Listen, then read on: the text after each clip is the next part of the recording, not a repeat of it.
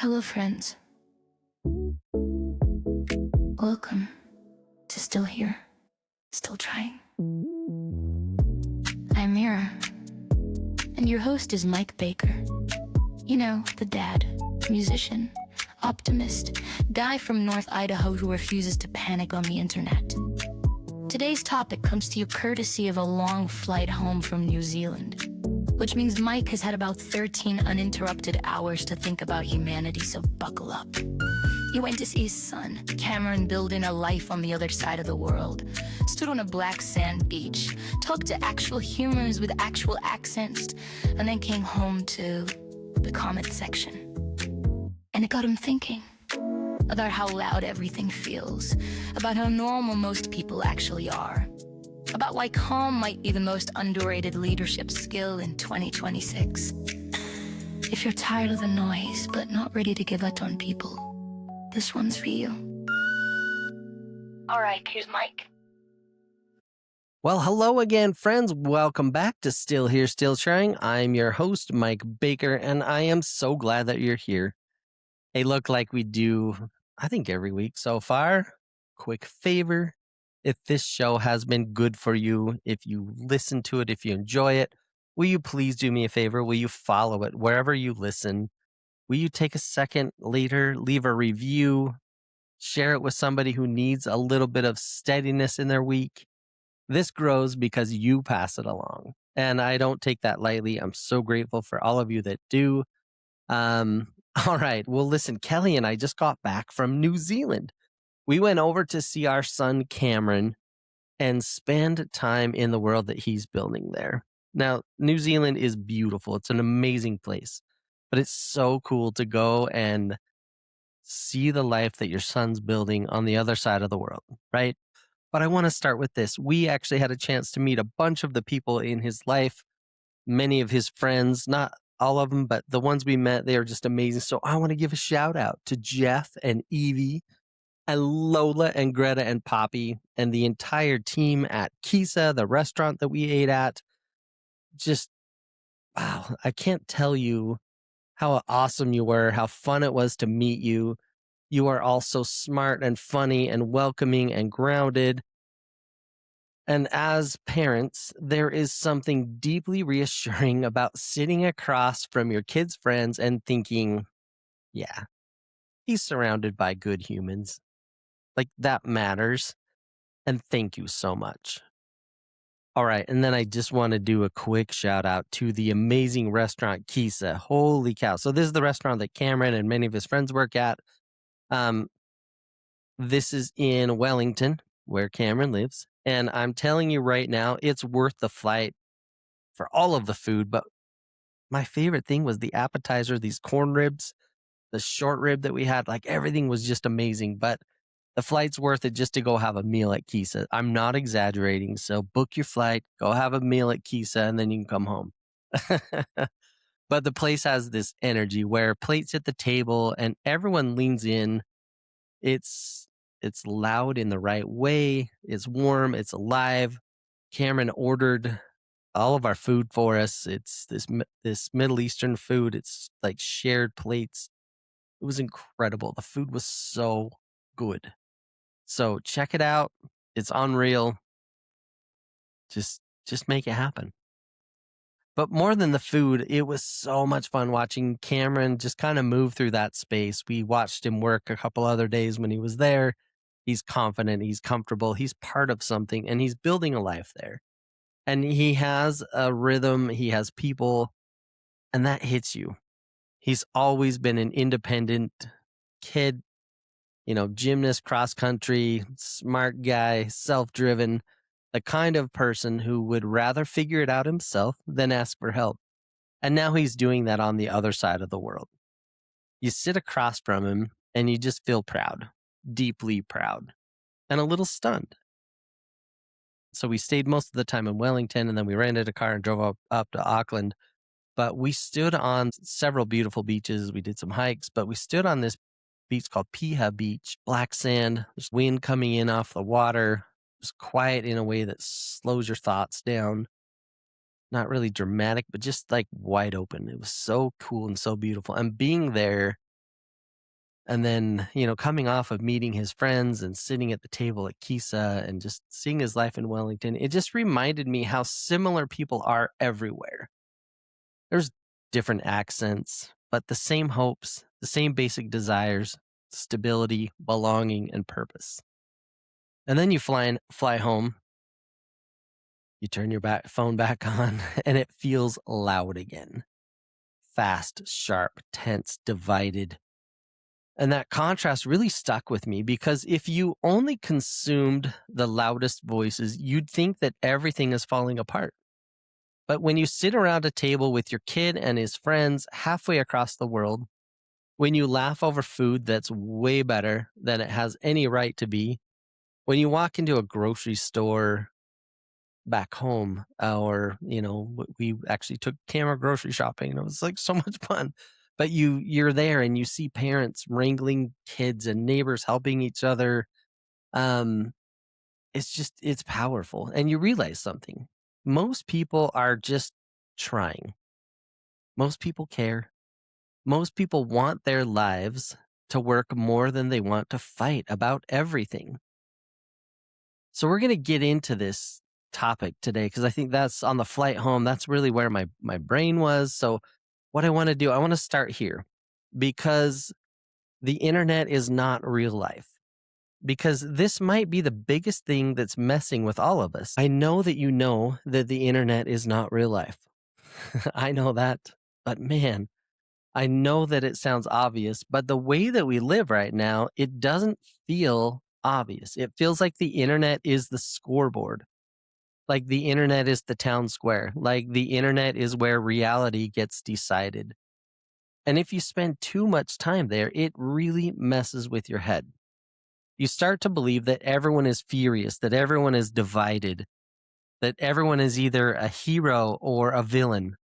Everyone is waiting to dunk on someone, to slam them, to score points. Everyone is trying to win, and that comes at a cost. And then you walk into a grocery store in North Idaho or wherever you are, and it's normal. Somebody's kid's melting down over a bag of chips. Somebody's trying to remember if they already bought coffee. Some old guy is moving slow in the aisle, and you do the polite little Idaho dance where you both try to let the other one go first. And nobody's screaming about the collapse of society. The internet can convince you that the world is on fire every minute of every day. Real life is more like people trying to make dinner, pay bills, keep a job, keep a marriage strong, keep their kid from failing math, keep their head above water. That's the world that most of us actually live in. And here's what I've noticed. Online, everybody has a microphone. See, microphone, hi. But in real life, most people are more careful, more human, more reasonable. And I know that you've seen this. People might still have opinions, but they're not performing them like a sport. They're just living. And I'll give you a simple example here. If you only judged people based on the comment sections, you'd think that nobody has empathy. You'd think that nobody listens. You'd think that everybody is out for blood. And then you watch someone help a stranger load groceries. You watch a teenager hold a door for an older couple. You watch a neighbor plow someone else's driveway after a snowstorm without making a big deal of it. That is the stuff that happens constantly all around us. It doesn't go viral. Nobody posts it with dramatic music. Nobody turns it into a debate. It's just people being people. And that is what matters. Because if you're feeling overwhelmed, if you're feeling like the whole world has lost its mind, there's a decent chance that you've been spending too much time consuming the loudest version of humanity. Online rewards the sharpest takes. It rewards outrage. It rewards certainty. It rewards the person who sounds the most confident and the most angry. Real life rewards something else.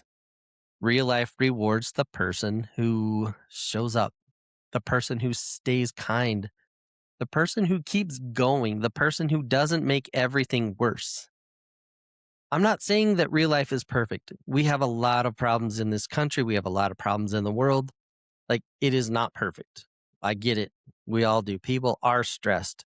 People do fight. People are on edge. There are atrocities happening everywhere. But people are caring way more than they used to. And I think you can feel it. I know I can feel it. But there's a huge difference between feeling stress in a community and believing that everyone is a monster, everyone is an enemy. The internet loves the monster story. It loves the extreme. It loves the worst example because it drives engagement. I could come on this podcast and just come up with crazy conspiracy theories and be mad and angry and grumpy, and man, a whole lot more people would watch it. But that's not me. That's not real life. And if you're not careful, you start living like that's the whole story. So here's a practice that I've been trying really hard to keep in front of me. When the internet makes you feel like people are hopeless, go spend time with actual humans. Imagine that. Go stand in a line somewhere. Go watch parents with kids. Go talk to a barista. Go sit at the ice rink. Go take a walk and wave at your neighbors. Go be around the version of life that doesn't need a comment section. And you'll remember something fast. Most people are decent.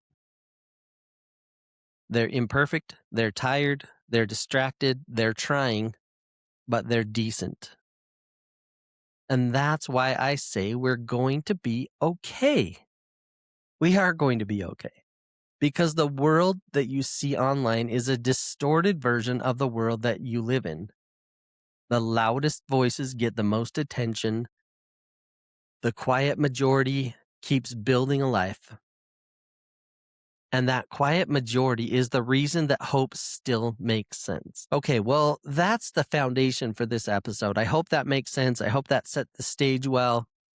Now we move to the next piece, because once you remember that the internet isn't real life, you start seeing people differently.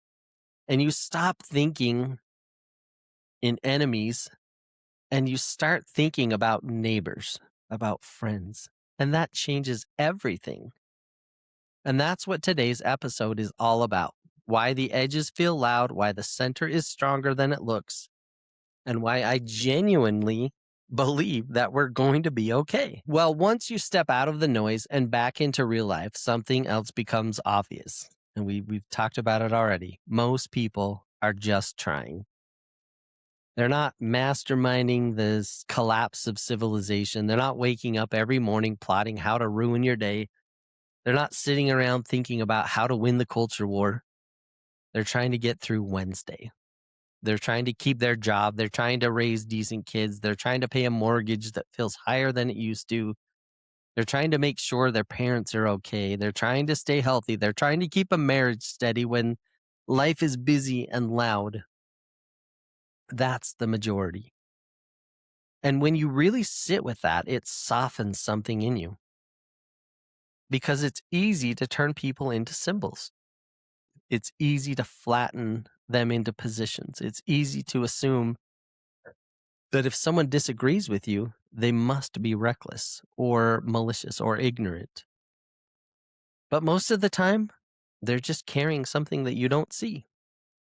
You don't see the medical diagnosis they're navigating. You don't see the financial stress that they're not talking about. You don't see the tension in their home.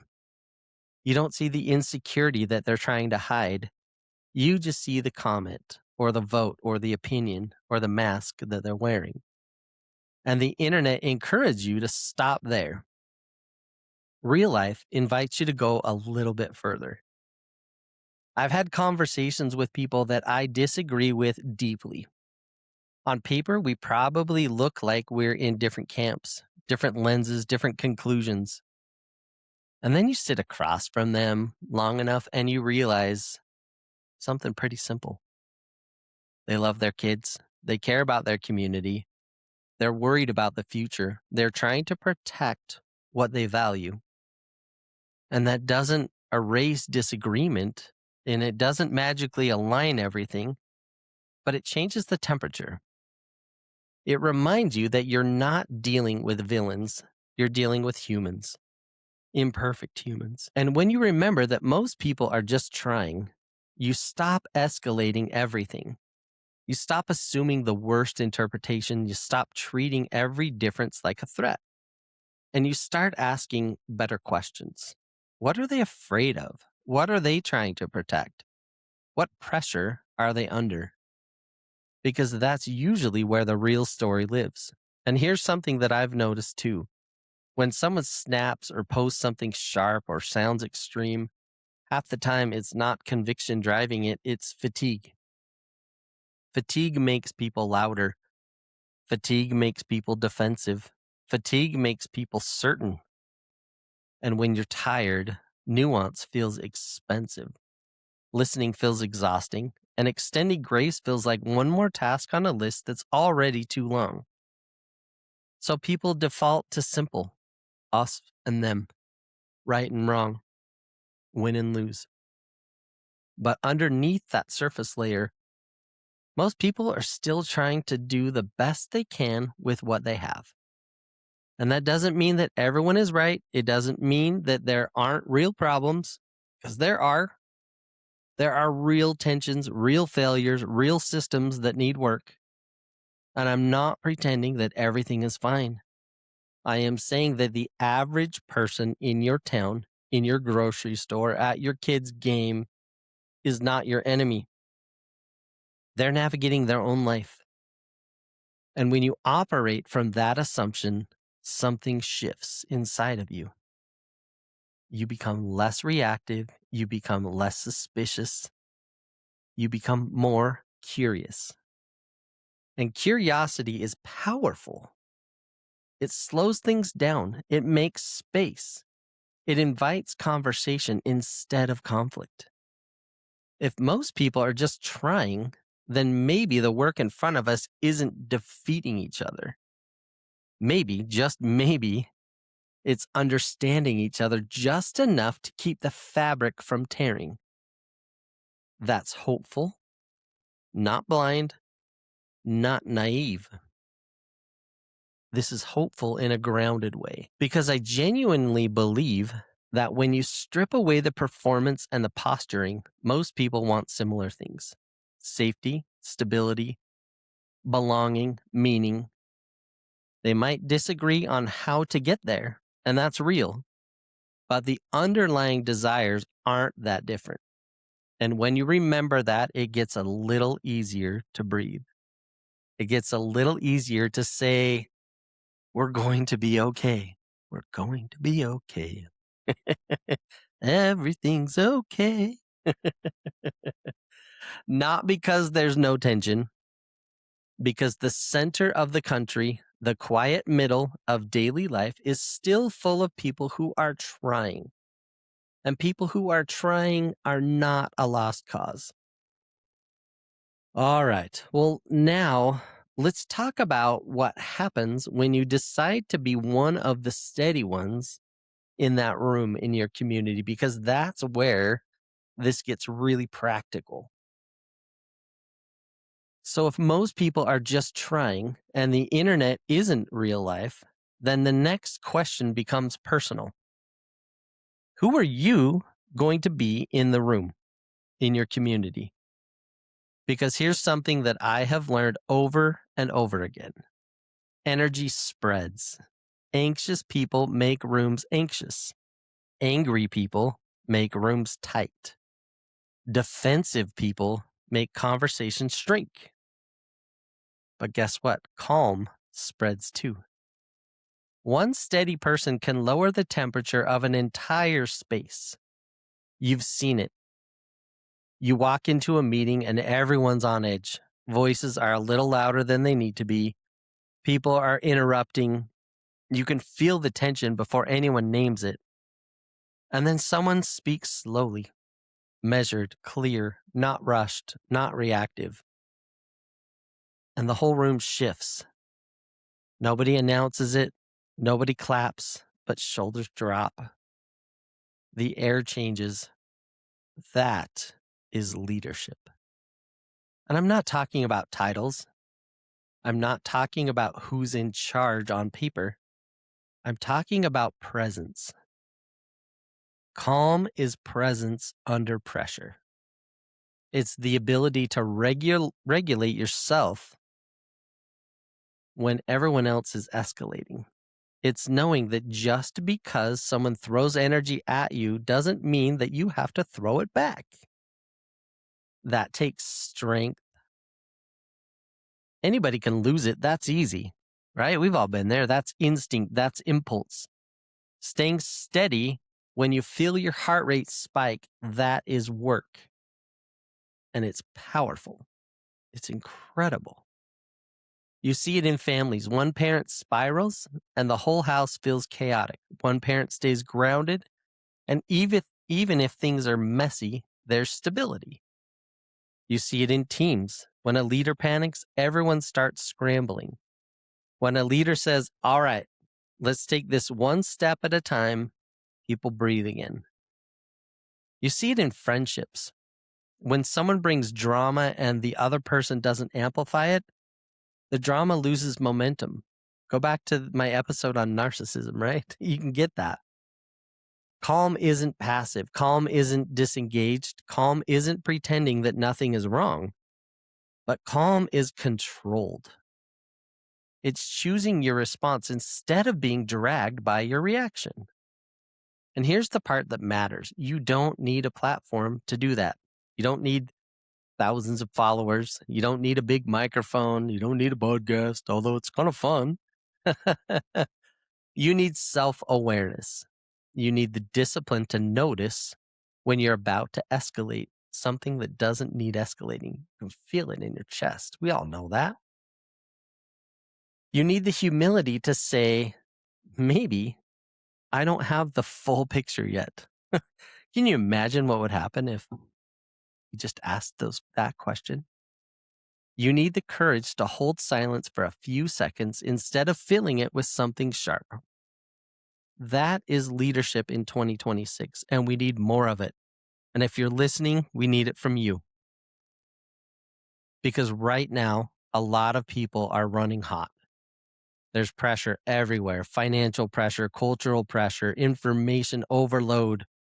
Everyone is absorbing more than they were built to absorb. Our brains were not meant to tackle all of this stuff at the same time. When people are overloaded, they react faster.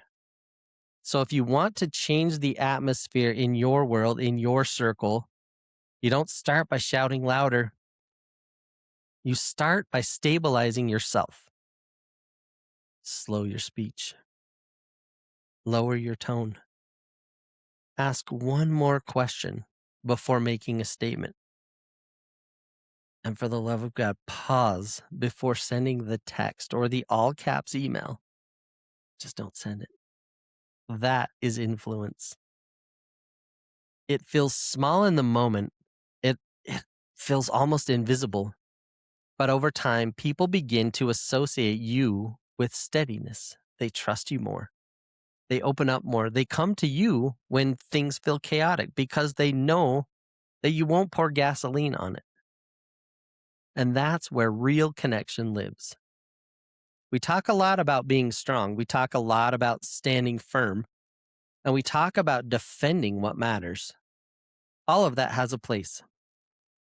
But strength without regulation turns into volatility. And volatility erodes trust. Calm builds trust. Remember that. Calm builds trust. And trust is the foundation of everything that lasts. So when I say that we're going to be okay, this is part of what I mean. There are still people choosing steadiness over spectacle. There are still parents, leaders, coaches, business owners, friends who are quietly regulating themselves so they don't make things worse. That is leadership. We need more of it. And again, if you're listening, we need it from you. This is not flashy. It's not viral. It's not dramatic, but it is effective. And if you're listening to this, I'm willing to bet that you're one of those people more often than you give yourself credit for. So we need you. You are holding it together when you want to snap. You're choosing patience when it would be easier to push back. You're thinking long term when the moment feels heated. That matters. It matters more than any trending topic because calm people keep communities from fracturing. Calm people keep families connected. Calm people keep workplaces from imploding. Calm people build the middle. And the middle is my favorite place. The middle is stronger than it looks. All right. Well, look, let's talk about that middle part next because, like I said, it's my favorite because the loud edges get all the attention, but they don't represent most of us. They're the edges for a reason. If you spend enough time online, like we've been talking about, you'd think that the country is split clean down the middle. Even if you look at the maps, right, you see red and blue. Both sides are screaming. Nobody is listening. Everybody is like teetering. Everything is teetering back and forth. It's like, here we go, here we go, here we go, here we go. And it's fight, fight, fight. We're not getting anywhere.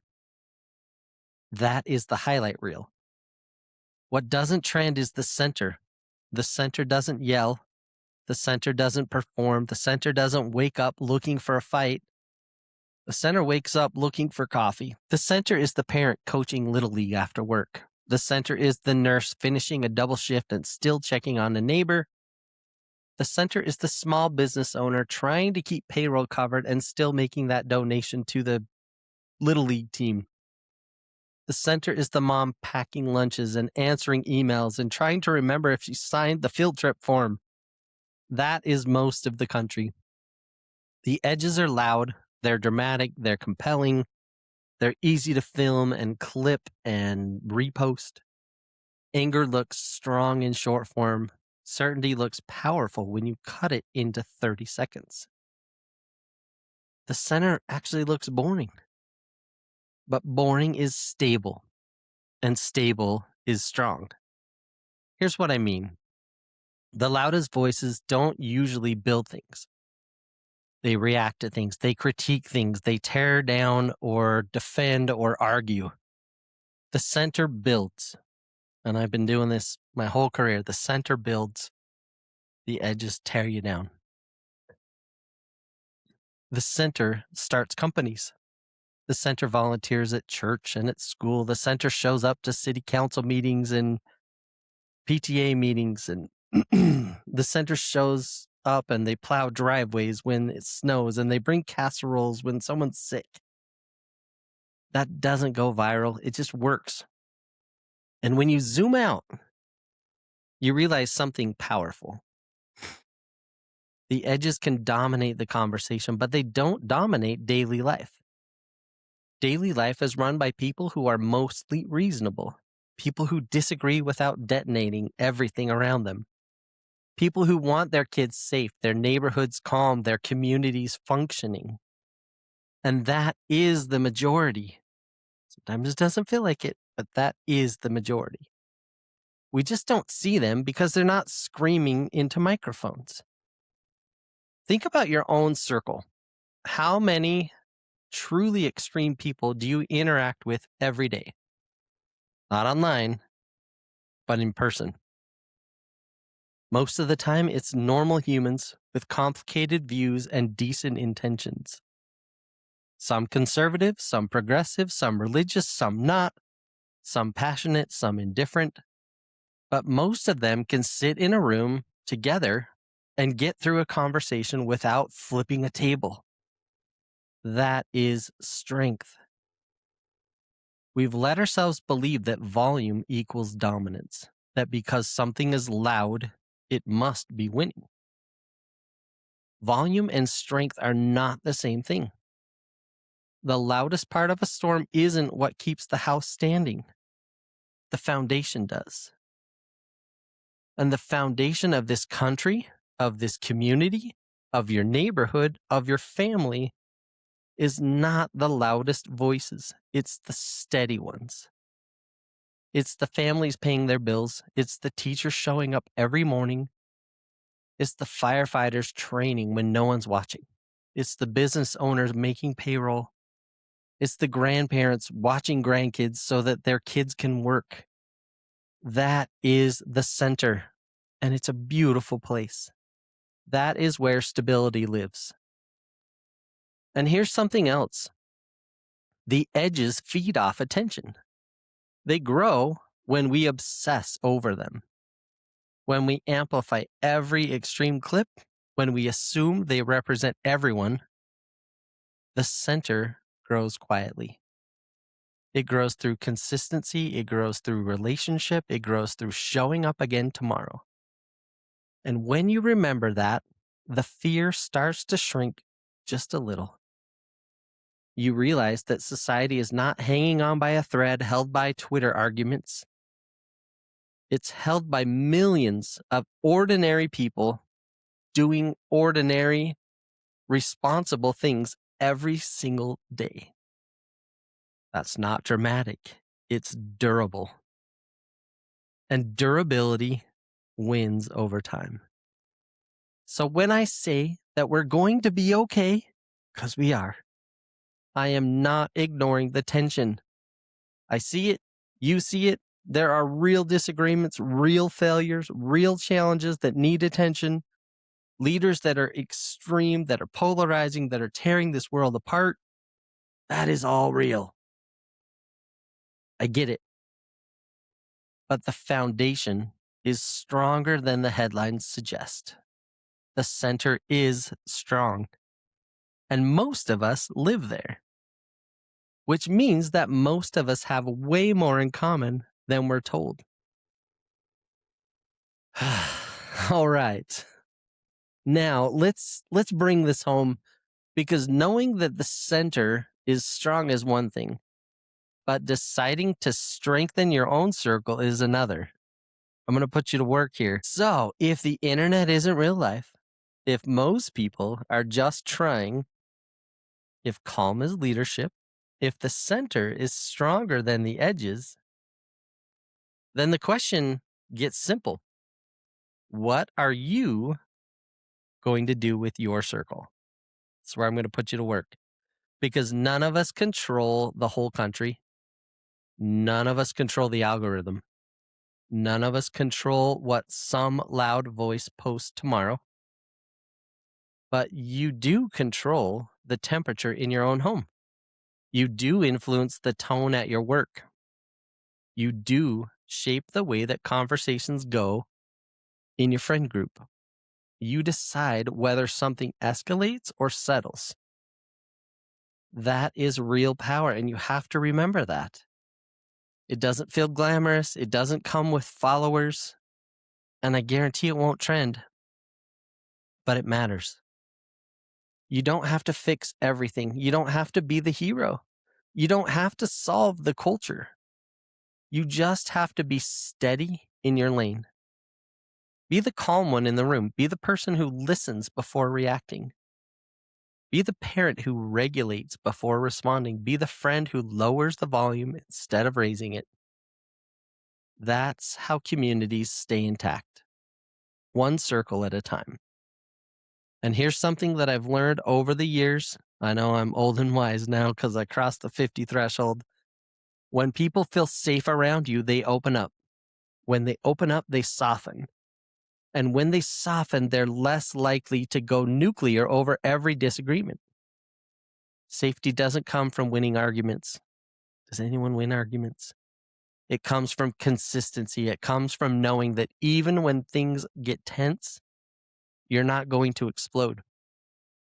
You're not going to humiliate them. You're not going to turn every difference into a battle. You're not going to burn the bridge just because it got uncomfortable. That is leadership. That is being a human.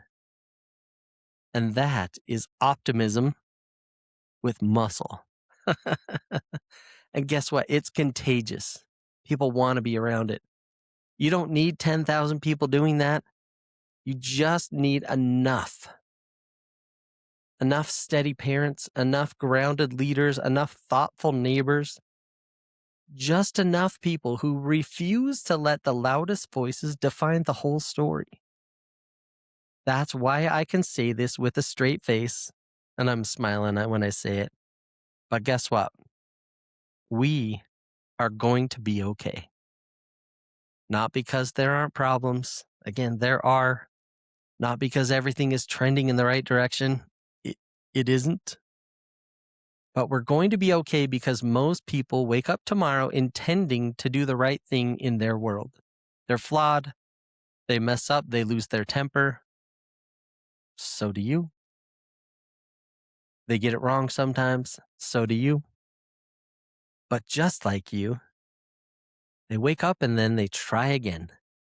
And that is the center. That is the strength. That's you. All right. Well, listen, I hope that you enjoyed that. So this week, I'm going to keep it really simple for you. Don't try to fix the country. Just be steady in your circle. Smile at someone. Lower the temperature. Slow the conversation down. Choose curiosity over assumption. Choose calm over chaos. You don't need to be louder. You need to be grounded. Thank you for being here with us. I'm so glad that you're still here and that you're still trying and that you're still believing that ordinary, decent people are stronger than the noise. And guess what? That's enough. I hope you have a beautiful week. Thank you for being here. I want to send you out with one of my songs this week. I have written and I've got a new album out. Actually, I have 2 out. This song is called I Refuse to Be Afraid. And I think it's perfect for the topic that we just discussed. It fits what we just talked about. Because a lot of what's happening right now isn't just anger, it's fear. It's fear dressed up as certainty. It's fear dressed up as urgency. It's fear dressed up as wisdom. You can feel it. You can hear it in the headlines. You hear it in conversations. You hear it in the way people brace before they even know what's coming. And I get it. We've all been taught to brace for impact. Expect the worst. Stay small so you don't fall hard. But that posture changes you. It tightens you. It shrinks you. It makes you live in anticipation of disaster instead of in the moment that you're actually standing in. And that's not how I want to live. That's not how I want to lead. That's not how I want to parent. That's not how I want to create. So this song is a line in the sand for me. And maybe you. It's not denial. It's not pretending that nothing can go wrong. It's just a decision about who gets to run my life. Fear doesn't get the steering wheel. Not the kind that tells you to hide. Not the kind that tells you to assume the worst. Not the kind that convinces you the ground is always about to give way. If it does give way, we'll deal with it. But I'm not going to live in a permanent defensive stance waiting for it. And that is what this song is about. Choosing your ground, naming what you value, stepping forward anyway. So as you head into your week, here's my hope. Be steady, be grounded, be thoughtful, and refuse to be afraid of a future that you haven't seen yet. I hope you enjoy the song.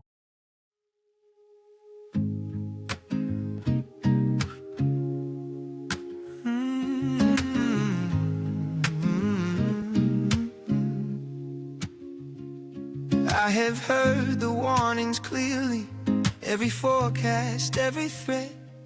But I am standing in this moment, not rehearsing my regret. They keep offering conclusions before the story even starts, calling caution common sense, calling limits being smart. But I have learned the cost of hiding, calling stillness being safe. I would rather step into the open than negotiate with fate. I was taught to brace for impact, to expect the worst in advance. But I am done living my life in a permanent stance. I refuse to be afraid. of a future I have not seen. I refuse to let my pace be ruled by what might be. I refuse to be afraid. I have watched fear dress as wisdom. I have watched it wear the crown. Convincing people staying small is how you never fall down. But I have felt my breath return the moment I stood tall. And I am done confusing comfort with not living at all. I refuse to be afraid of becoming who I am. I refuse to hand my choices to a worst case plan. I refuse to be afraid. This is not denial, this is choosing where I stand, naming what I value and placing it in my hands. I refuse to be afraid of the cost of being free. I refuse to trade my voice for false security. I refuse to be afraid. If the ground gives way beneath me, I will land where I land, but I will know I moved forward with my eyes open.